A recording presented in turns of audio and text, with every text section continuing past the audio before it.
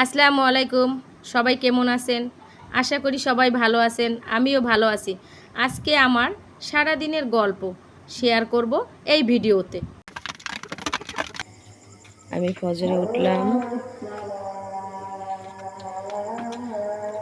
আজান দিতেছে, আমাদের ছাদে উঠছি। আজানের শব্দটা আসলে ভালোই লাগে।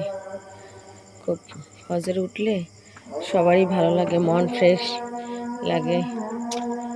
ছাদে উঠে আজানের ওটা নিতেছি। আসসালামু আলাইকুম ভাই ও বোনরা, কেমন আছেন? আশা করি ভালোই আছেন। আমিও ভালো আছি। সকালবেলা উঠে নামাজ কালাম পড়ে এখন মেয়ের পরীক্ষা, ওই জন্য আগে রান্না করব, কারণ মেয়ের সাথে যেতে হবে, তার বাবাও যাবে।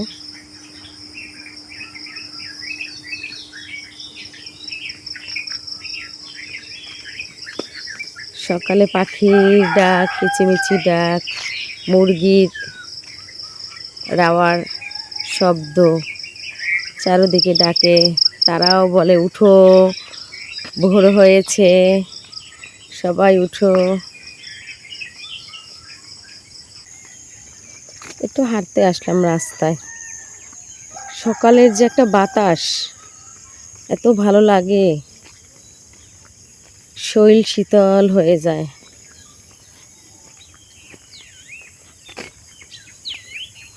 চারিদিকে নির্ঝুম, কোনো লোক নেই, সবাই ঘুমাইতেছে।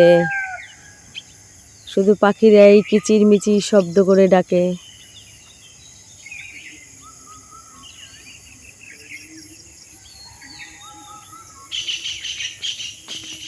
সকালবেলার ভিউটা দেখতে কি ভাল লাগে। আসলে যারা উঠে না তারা বোঝে না যে সকালের আবহাওয়াটা যে কত সুন্দর। রাস্তার পাশেই কলা গাছ, কি সুন্দর একসাথে কলা হয়েছে।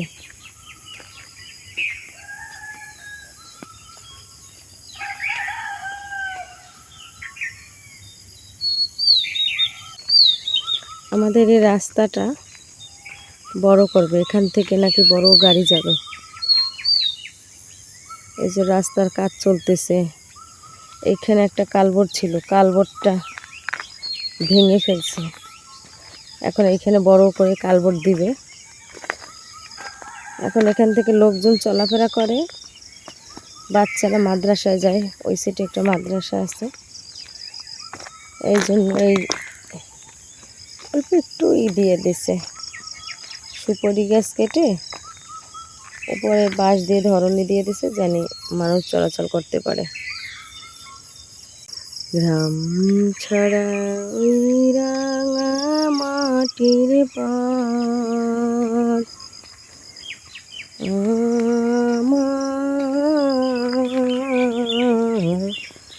মন ভোলে রে,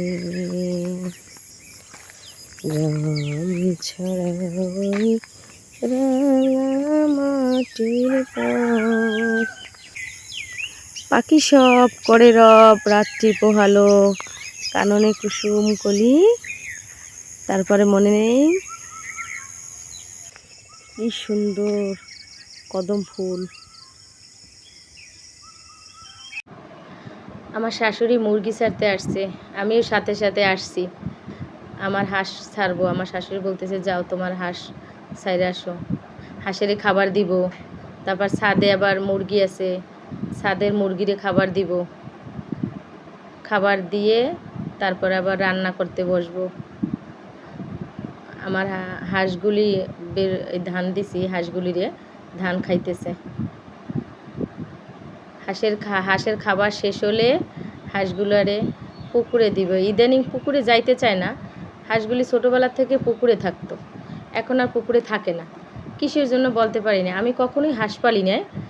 এই প্রথম আমার ছেলে শখ বলে হাঁস পালবো। 5টা ছিল, 2টা নাকি কিতে নিয়ে গেছে, আমি বেড়াইতে গেছিলাম বাবা বাড়ি তখন। এখন 3টে হাঁস আছে। এখন এখন ছাদে আসছি, মুরগিরে আবার খাবার দিব।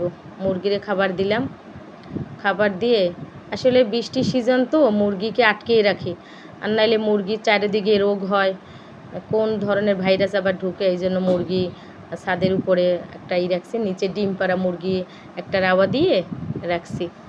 মাঝে মাঝে আবার সপ্তাহে 2 বার কাইলা জিরা দিয়া হলুদ দিয়া দেই মুরগিরে। এখন রান্না করতে আসছি, কারণ তাড়াতাড়ি আবার মেয়ের আবার পরীক্ষা আছে, আবার বাচ্চাদের পড়াইতে বসবো, এই জন্য চিংড়ি মাছ দিলাম। চিংড়ি মাছ দিয়ে পটল আলু এগুলো দিয়ে হলুদ দিব, লবণ মরিচ। আমরা আবার ঝাল কম খাই আর মশলাও কম খাই। আমাদের রান্না দেখলে হয়তো অনেকে বলবেন কি রান্না করতেছে এগুলি। আমরা ঝাল মশলা সব কম খাই, কারণ আমার বাচ্চারাও কম খায় ঝাল মশলা, ওরা খায় না তেমন একটা। আর ওদের বাবাও খায় না, কারণ ওর বাবার অনেক গ্যাসের প্রবলেম ছিল, এই জন্য ওনাকেও ঝালটা বেশি এটা খাওয়াই না। কাঁচামরিচ দিয়ে রান্না করি সাদা সাদা, মাছেও দেই, তবে মেহমান আসলে খুব কম, মেহমান আসলে ঝালটা তখন বেশি দেই, যে যেরকম খায়।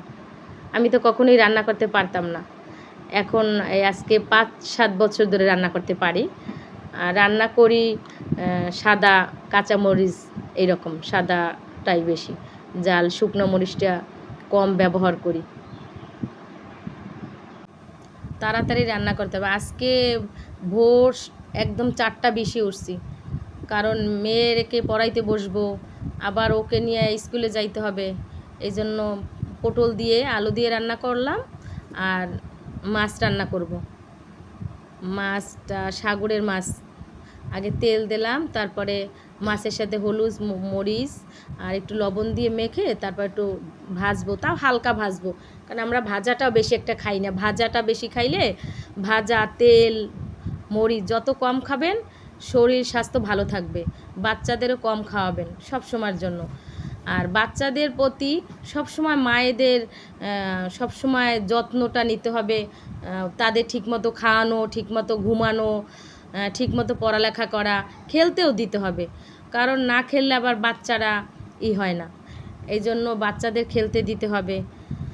আর তাড়াতাড়ি করে রান্না করলাম, রান্না করার শেষে বাচ্চাদের ডাইকে নাস্তা দিলাম, কারণ এটা আপনাদের সাথে শেয়ার করলাম না। রুটি বানাইছি, আমার ছেলে আবার রুটি খুব পছন্দ, আর মেয়েটা খুব কম খায়, ওকে আমার খাওয়াই দিতে হয়, কিন্তু আমার একটু কাজ ছিল, আমি বলছি তোমরা খেয়ে নাও।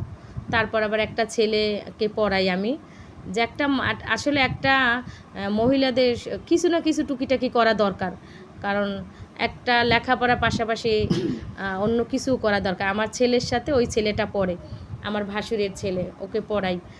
এখন মেয়ে আবার স্কুলে যাবে, ওকে রেডি করে দিলাম, ও স্কুলে যাইতেছে। স্কুলে যাবে, আমিও যাব, আমি ওর সাথে যাব, ওর বাবা যাবে স্কুলে। আমি স্কুলে ভিডিওটা করি না, আর একদিন আপনাদের সাথে শেয়ার করব, কারণ ধামরা স্কুলে অনেক স্টুডেন্ট, যা আজকে আবার যখন গেছি তখন বৃষ্টি নামছিল, ছাতা নিয়ে গেছিলাম, ওর বাবা একটা নিচ্ছে, আমি একটা নিছি, দুইজনে দুইটা। তারপর দেখি মেয়ে ভিজে যায়, তখন ওর বাবার আমি একটাই ছিলাম আর মেয়ে একটাই ছিল, আমি একটু ভিজে গেছি, ওর বাবা আবার নিয়ে আসছে মেয়েকে, আমি আর যাই না, বলছে তোমার যাওয়ার দরকার নাই, আমি যাই, কারণ গরমে বৃষ্টি হয় কিন্তু তারপর অনেক গরম। এসেছে, এখন ঘুম পড়াবো। সবাইকে ধন্যবাদ এতক্ষণ আমার সাথে থাকার জন্য। ভিডিওটি যদি ভালো লেগে থাকে তাহলে অবশ্যই ফলো দিয়ে লাইক এবং কমেন্ট করবেন। আসসালামু আলাইকুম।